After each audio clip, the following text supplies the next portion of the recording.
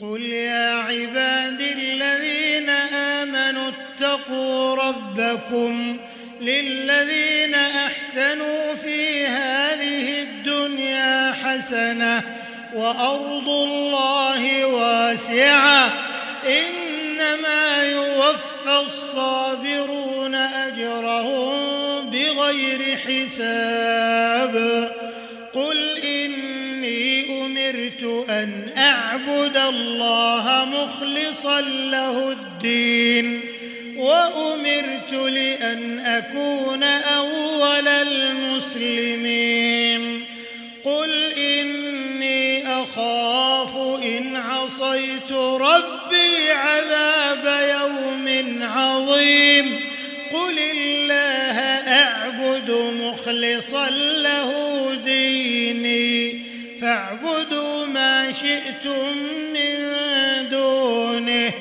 قل إن الخاسرين الذين خسروا أنفسهم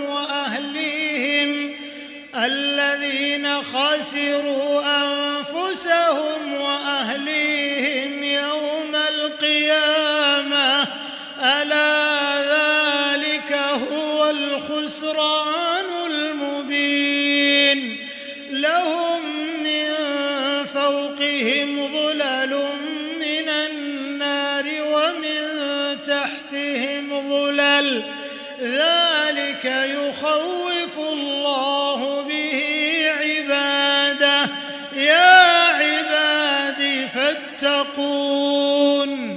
والذين اجتنبوا الطاغوت أن يعبدوها وأنابوا إلى الله لهم البشرى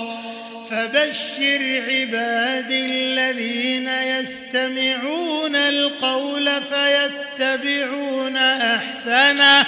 أولئك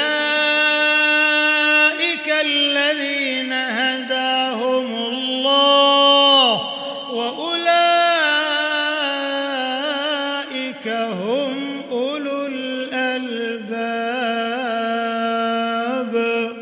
أفمن حق عليه كلمة العذاب أفأنت تنقذ من في النار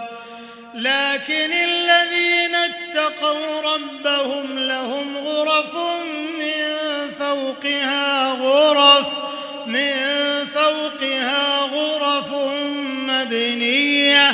مبنية تجري من تحتها الأنهار وعد الله لا يخلف الله الميعاد ألم تر أن الله أنزل من السماء ماء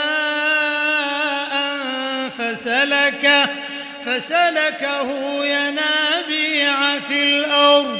ثم يخرج به زرعا مختلفا ألوانه